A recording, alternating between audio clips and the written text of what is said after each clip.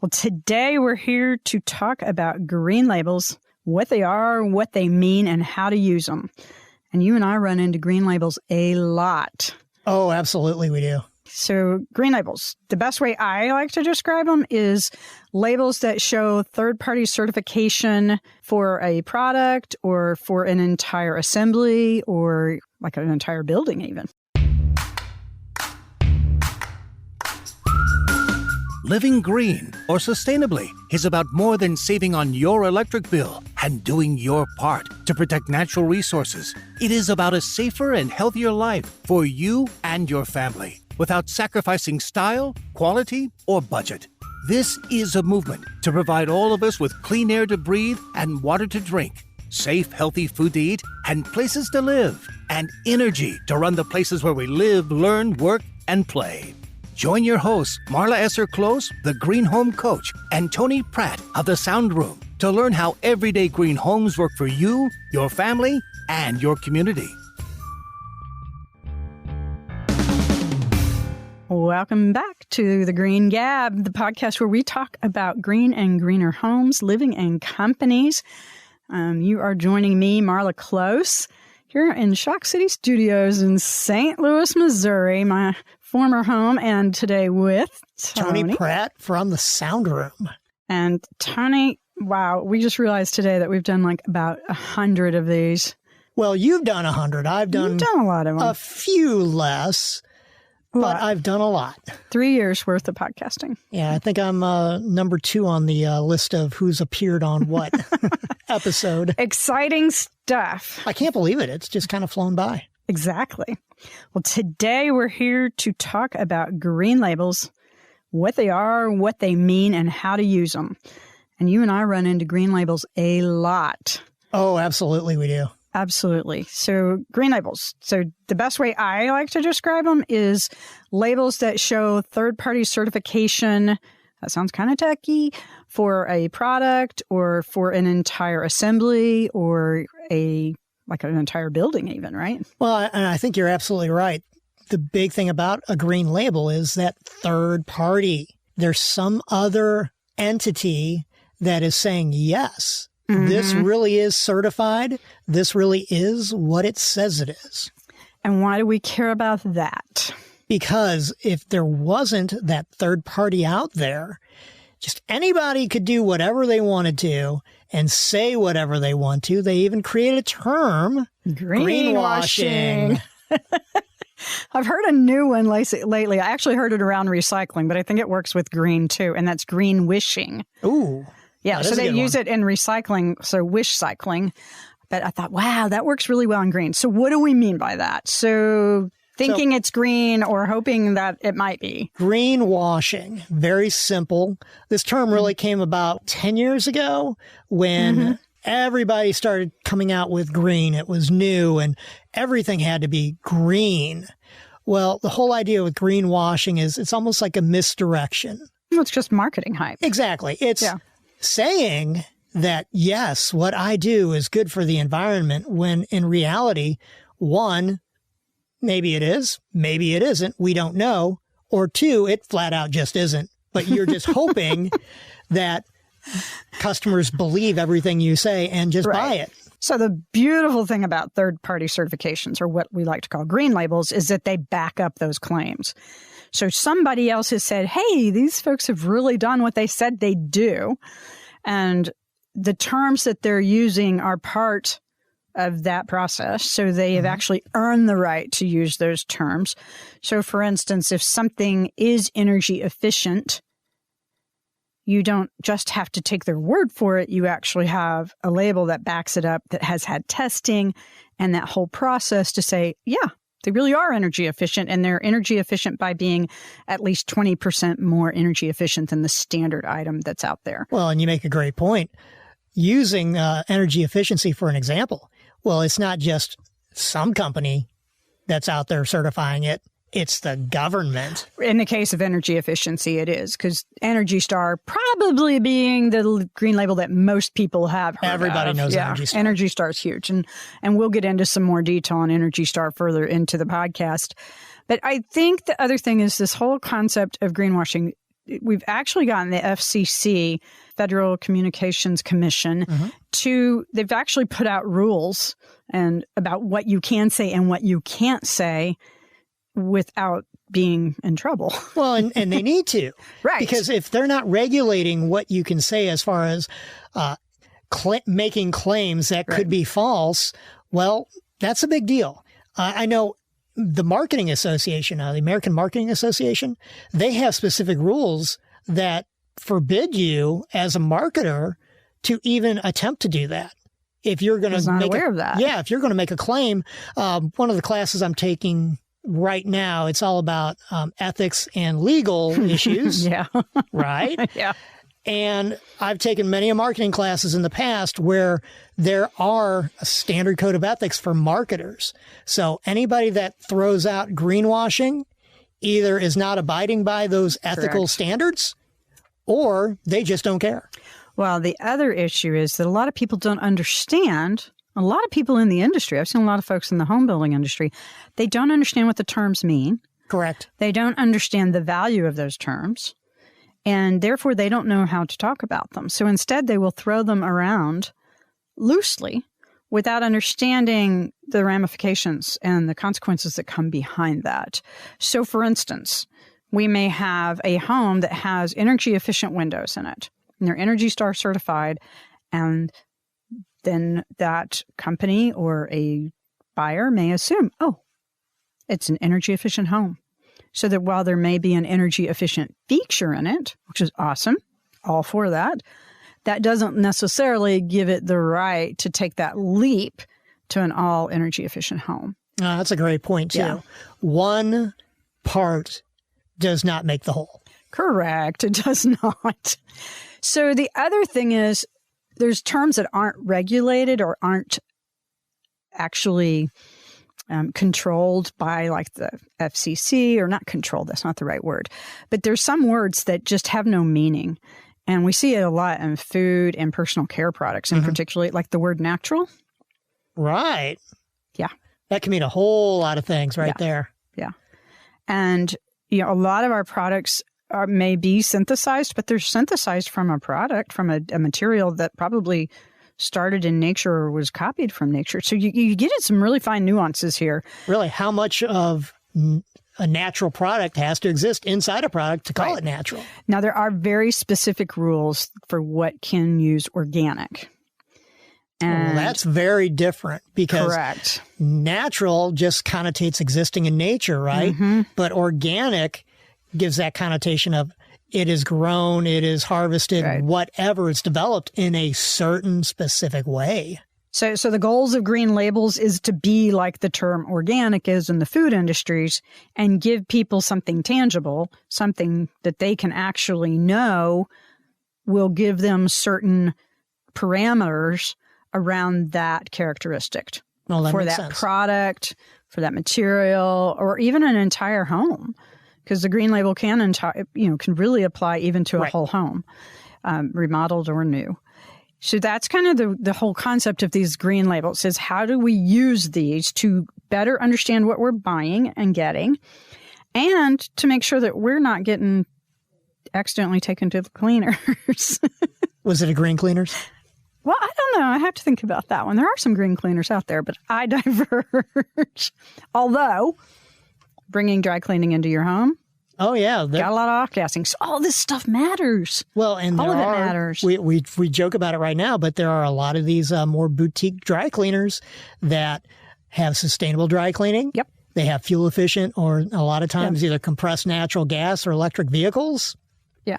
So that's the other thing I'm seeing a lot is a lot of companies are doing things that are more sustainably minded, even if their product isn't sustainable. So there may be multiple levels that we can choose about engaging with a company that's doing better. And sometimes that decision may be in the product itself. Sometimes it may be in the operations of the company. Sometimes it's both. But if your values say, hey, I want to make sure that I'm doing something that's better, that's more impactful, that's going to protect my fellow human being, that's going to protect my family and myself, then these green labels give us those guidelines without having to do all the research It's like somebody's already done the research for you. It's done for you. So you can just go look for the label and you know that it's already out there. And that's that peace of mind that we get from knowing that. And I don't want to make all those decisions. You know? No, and you don't want to have to do all the research. Right. Could you imagine having to pile over all the different research for laundry detergent? Well, I did that when my daughter got that rash. Oh, that's right. Like you did. 15 years ago, I had to do all the research to find the ingredients, to find what was making the allergic reaction happen. Right. And you remember how long it took you. Oh, my gosh. It was painful. Right. And I had to call people on the phone. I had to have them send me stuff. And then I had to know, I had to make a guess. Were they sending me the right stuff? How could I verify that? And that's way more than we as individuals want to know. Right. Now, way more. You had a specific reason for it because of that allergic reaction on the skin. What about the person that just wants to do something better? Yeah. Make that one small step to maybe help the overall environment. And today, it's pretty easy. So when we come back after break, we're going to lay out how you can do it too. You probably don't have the time, resources, or know-how to research and shop for better options for you and your world. That's why I've done it for you. The Everyday Green Home Shop is my curated collection of better products for a safer, healthier, more comfortable life in your home. Through simple buying choices, you can change your home easily. My book laid out the how to do it. Now, the Everyday Green Home Shop gives you a place to put those ideas into action with your buying choices. I invite you to look through the online shop and choose an item or two to swap for something you usually buy for your home. Once you make a selection, it will take you to one of my trusted affiliate sites or the Amazon site you already use. Super easy. Products on Everyday Green Home range from indoor-outdoor rugs made from recycled plastic to my husband's favorite reusable silicone straw that fits in his pocket. I look for third-party independent green labels or go through a trusted third-party verification process to validate the products I curate for you. Go to everydaygreenhome.com for what you need to create a stylish, safer, and healthier home easily. Gabbing about green labels today is just a really cool way to help people make better decisions. Kind of really sticks in the mind, doesn't it? Yeah, it does for me. And I put this to use. I'm not only an advocate of this, I'm a big practitioner. And I love nothing more than helping to guide people. That's so many G's in a sentence. I'm so sorry. Guide people to the green labels so they don't have greenwashing and greenwishing. Well, now that we've established you're a practicer of alliteration. Thank you. Let's continue. So I really want to focus on green labels for the home since we talk a lot about the homes. But we're going to wrap up with just a quick reference to where you can also find similar labels for food products and for personal goods. So there's a couple of different ways that we can look at this. Since Green Home Coach is really focused on home stuff, that's really where we're going to spend our time. And you'll find that like a lot of the products that we put out on Everyday Green Home, the green store, the green shop, have these green labels on them. And if a product's out there that doesn't have a green label, I've gone through the process, the same vetting process that we use in the National Green Building Standard to ensure that those products meet the requirements of what we would use in a green home certification. Well, and that's a good point because there's a lot of companies that might not have put their products through the certification process, yet they would qualify they totally very easily. Still work. And a lot of folks are like, well, why don't all these products go through the certification process? And it's really the same reason that not everyone goes through the organic process. So especially a lot of small family farms, et cetera, may not go through the organic process simply because it's costly and is time consuming. And the same happens with any of these green labels. But personally, I think it's so worth the effort because it's like this instant marketing flag that, hey, I'm green and I can prove it. And I'm going to use the term green and sustainable somewhat interchangeably because right now they're representing the same thing. Because these labels wrap around all the different characteristics that we find in a home. So energy efficiency, water efficiency, resource efficiency, toxin-free or lower toxins. So all of these get played into in the different labels. Right. Recycled materials, Right. You name it. Right. So if you think through the categories that you would evaluate a home for like a green home certification, Right. you'll find that there's green labels in those same categories. That makes sense. Right. I went through a really interesting process a few years ago where a potential client had asked me to help align sustainable practices with every part of a green development for a resort. Oh, wow. And that was a real eye-opening exercise because I really haven't worked a ton in commercial. But I found sustainable guidelines and almost always a sustainable process and a certification for just about every aspect of that resort. Well, that makes sense because of LEED. Yeah, including marinas, golf courses, Oh, yeah. the homes, the neighborhoods. Everything from design It through was so planning, cool. construction, zoning, you name it, all the Yeah. way to people moving in. And this particular group wanted that because they wanted to distinguish this resort as someplace different. No, it makes sense. And someplace that had elevated itself and distinguished itself by pulling all the values in that were important to them and to their clientele and their homeowners and their visitors. And that's what it is for me. This is my value. My value is I want to do more. I want to do the very best I can for my family, my friends, whomever's in my home. And more importantly, well, not more importantly, but as important for you all of you that are out there listening to this, if we can't help you do it better, then I'm failing you. So give us feedback. Tell us if this is helping and tell us about your experiences looking for these green labels and how you're using them in your own homes. You can go to Green Home Coach. You can find us on Facebook and Instagram. We're Green Home Coach on both of those. And give us your feedback. Give us your stories about how this is working for you. Because I'm really I'm talking to so many more people that are like, oh, I saw that label and now I know what it means. So I want to know that that's helping. Well, you know, the nice thing, too, is because we always talk about it, whether it's on the podcast or you and I just in general, of being able to do, you know, maybe you just aren't a big picture person, but you could take small little steps incrementally. Absolutely. What better use of labels than to maybe start those small incremental steps? Yeah. So let's talk about a few of them. Okay. So the one I think everybody knows, because energy efficiency has probably been around longer than any other component of green homes and they greener do living. a good job of marketing it, Yes. Energy Star covers thousands of products as well as complete home certifications, which I don't know if a lot of people know. So everything from electronics to windows to insulation to roofing. Appliances, computers, televisions, stereo equipment. Ooh, do we still use that word? hot water heaters, Hot water heaters, furnaces, and air conditioners. you name it. If it uses energy, basically. If it plugs in or plugs into electric or natural gas, chances are it's certified. And they've got really awesome lists of products that are certified on the Energy Star website, energystar.gov. We're going to list all these links in the show notes too, so you don't have to write them all down. We'll have them there. But Energy Star, so many products that you can use in your home. And this is such an easy one. If you just look for the Energy Star label when you are shopping, you are assured you're getting a product that is at least 20% more energy efficient than its standard non-certified component or partner. Right. And it's not just any old third-party company. It's the government. Right. Department of Energy? Actually, it was started by the EPA, But and then Department of Energy plays in there as well. Right. That's what I thought. Yeah, Environment Protection Agency, which now they've brought out WaterSense, which is really kind of water, like Energy Star is for energy, WaterSense is for water.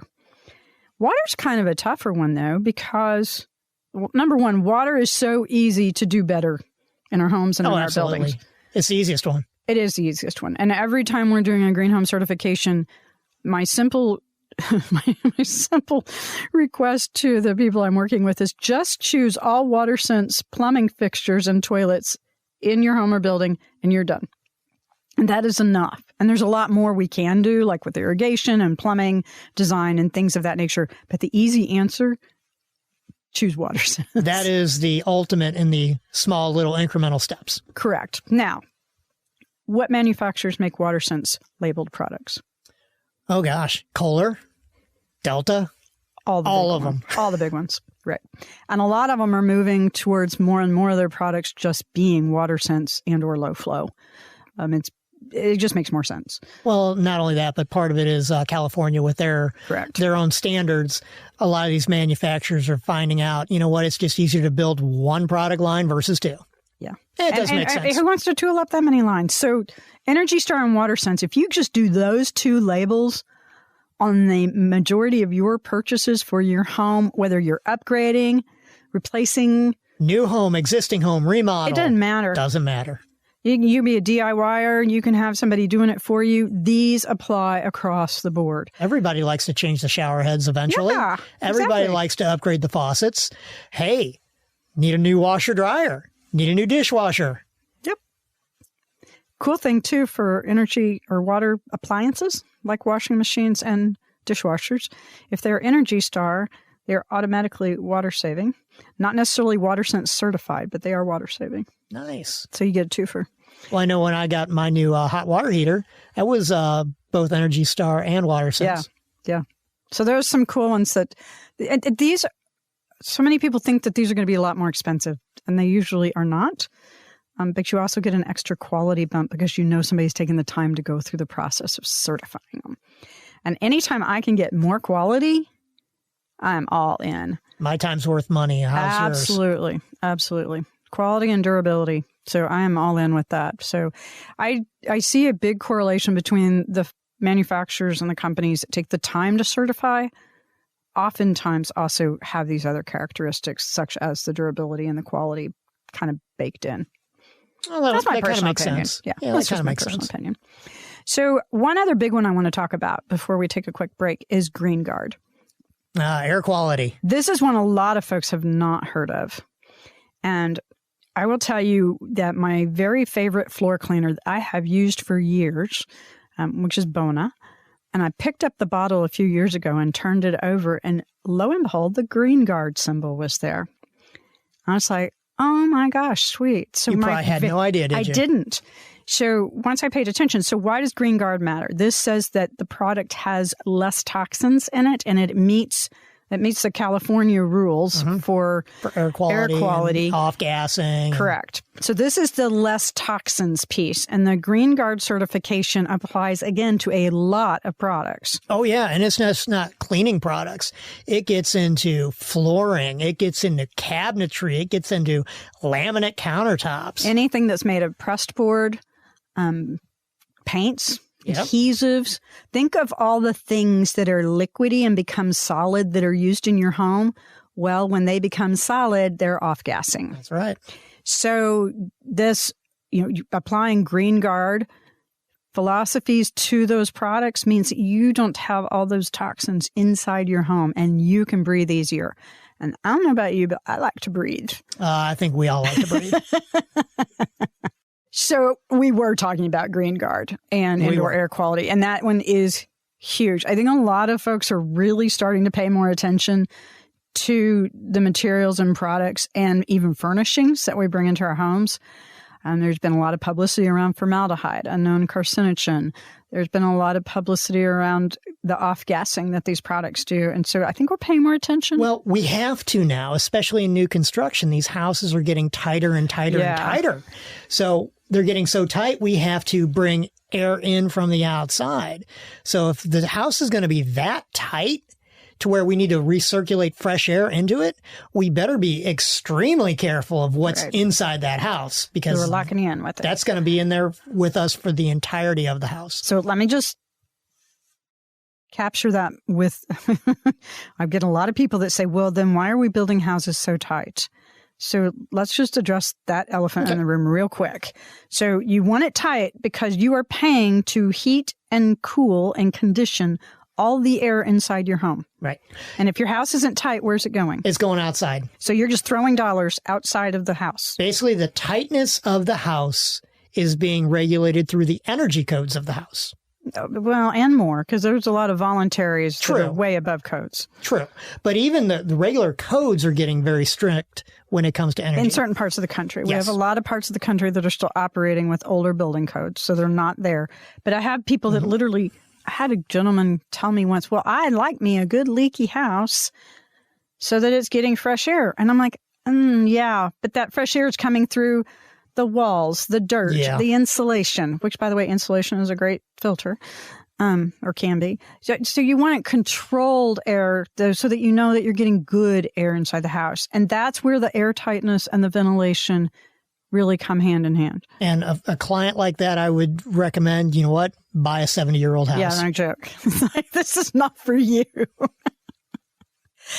Oh, so there's additional certifications that apply specifically to carpets and to rugs, like the CRI Institute. I'm going to get that Carpet Rug Institute label, Green Label Plus. I'll get it out here in a minute. There's the Environmental Protection Agency has an indoor air quality one called Indoor Air Plus. I'm trying to do these from memory. Indoor Air Plus. So that one oftentimes we'll see in conjunction with an Energy Star certified home and a WaterSense certified home. Those three would go together because they're already being, EPA is doing one, might as well do all three. The other interesting thing I think a lot of folks are starting to recognize more and more is if you do more on the energy efficiency side with a little bit more thought, it can also be better for the indoor air quality side. Yeah, you always start with energy efficiency, it seems, and then from there, the people that will start with indoor air quality usually have some kind of an airborne allergy or asthma, something like that. Huge rise in asthma causes them to think air quality first. Right. Once you've started with the energy of the house, going that next step for indoor air quality usually is an attachment to the HVAC. So you're already 80% there. That extra 20% isn't that big of a deal. So because there's so many of these to look for, I'm going to include in the show notes a download that will help you. Just a quick reference for the green labels, so you don't have to remember them all. That'd be a lot to remember. Yeah, so you can use this download. Just download it in the show notes, and this will give you the prominent green labels, where to find more information on them, and where to find the products that have them. So that way you don't have to do all the research because we've already done it for you. There is one more green label that pertains to houses or the products that are used in houses, as well as general products that's kind of new. I say kind of new. It's probably been around 10, 12 years. But this is Cradle to Cradle.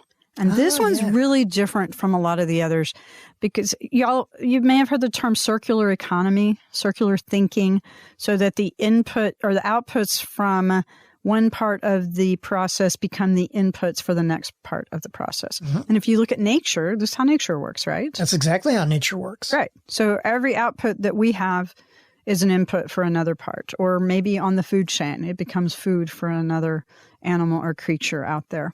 Well, to be honest, this is how project management works. Right. The output from one process is always the input from the next. So true. I hadn't thought of it that way. So Cradle to Cradle embodies that thinking for manufactured products. They also have it for the processes. It gets into a lot more detail, and we're just starting to see some products come out there. So this one's kind of a stay tuned as more things come out with Cradle to Cradle, but it actually is all based on a book by the same name, Cradle to Cradle, that came out, 10-ish years ago. I like to think of Cradle to Cradle as really an efficiency play.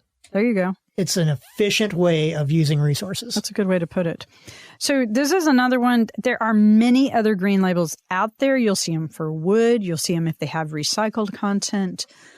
And I urge you to just pay attention. Read the labels. And if it has a skull and crossbone on the back, hopefully you'll run. It's bad. That's not a green label. So you want to go the other way. But I also mentioned earlier that we would talk a little bit about how these labels apply in other parts of our life. So a lot of folks, well, number one, let's do two things. In our other parts of our life and also for homes, because an entire home can be certified. Oh, yes. So there's if you've listened to the show much, you've heard some of these before. The U.S. Green Building Council has LEED, L-E-E-D, Leadership in Energy and Environmental Design. We see it a lot in commercial buildings, but it is also available for homes. We have the National Green Building Standard. They're the NAHB. Correct. National Association of Home Builders. It is endorsed by them. It is actually an International Code Committee. Well, it's a 700. It's an ICC 700 code. Yeah, it's a giant partnership, I believe. Or not. It isn't a code, but it is endorsed by the code committees. It was NAHB. Well, they're the ones that champion it. Correct. USGBC had a say in it. Department of Energy had a say in it. The U.S. Navy had a say in it. It is a consensus-based standard. Yes. There are a lot of regional and local green building standards as well, such Greenbelt Texas, Greenbelt Washington, Earthcraft homes out in the Southeast. And then, of course, we have energy efficient only certifications, such as Energy Star for homes, Energy Star for new homes. And we're starting to see a lot more of the HERS rating, the Home Energy Rating Score Index. That's like a scale or a number that assesses the energy efficiency of a home and then relates it to a standard code-built home or an existing home that's on the market. So you're going to start seeing a lot more of these words. We're going to give you links in the show notes so you can learn more about them. But just know that they're out there and that these green labels are all there to make your life easier. And a green certified home is going to have a bunch of green labels inside it too, right? Yes, it will. A lot of times they'll give you some kind of a educational package with the house. Yeah. And that'll explain all the benefits and the values of the house, along with a lot of the information on the products that make up the house. Yeah. So two other categories that come into playing is food. So, of course, we talked about organic. A new one I've seen there is like the Rainforest Alliance certified. Right. That's starting to come into play, Coffee, nuts, things of that nature, where people are being more sustainably minded and using more of the indigenous practices. Well, and it's not just the how they grow the coffee. It's the workforce behind it as well. Right. So it's and there's a lot of work being done that sustainability is not just about the products. It is about the society and the people and how they're treated and wages. I mean, it gets living wages. We could get into hours and hours on this conversation, especially you and me, Tony. That's an economic conversation, right? There. And there's actually another podcast that we're going to record talking about a lot of this, really based on what they call a living standard, and so there you go, quick peek at another one coming. But this is becoming a much larger conversation, and green labels are one place to kind of follow the conversation and follow the dots, if you will. Oh yeah. Well, and I think it's interesting because when we talk green sustainability, things like that, we touch an awful lot of industries. Oh my gosh, yes. So there's the last one I want to mention is a lot of personal care products are also being paid much closer attention to, especially because we use so many products a little bit every day. So your deodorant, your skincare, your shampoo, your soap. And there's a site called the Environmental Working Group, which assesses a lot of these products. So that is a resource for you as well if you want to see how something you're using stacks up and what alternatives there might be out there. So there's more and more of these tools coming, and well, they're here, but they're out there for us as consumers and as people that are making these decisions to hopefully have the best information and to make the best decisions we can. Well, I think over the last 10 years, we've really seen product lines flip over. You know, it used to be, green products, that's a niche. But now it's no longer a niche. It's the mainstream. Yeah, it is. And there's so much more we could talk about, but we're going to save it for another podcast. Sounds like a plan. Okay. Hey, we're signing out for today, but keep catching us. Please comment. Let us know how we're doing. Give us a review and subscribe. That wraps this episode of the Everyday Green Home Podcast. Get the show notes with all the resources mentioned in this episode. Be sure to subscribe on your favorite podcast app so you never miss an episode. Want more? Join the Love Your Everyday Green Home private Facebook group for more resources and behind-the-scenes insights. And remember that living a little better and greener is easier than you think.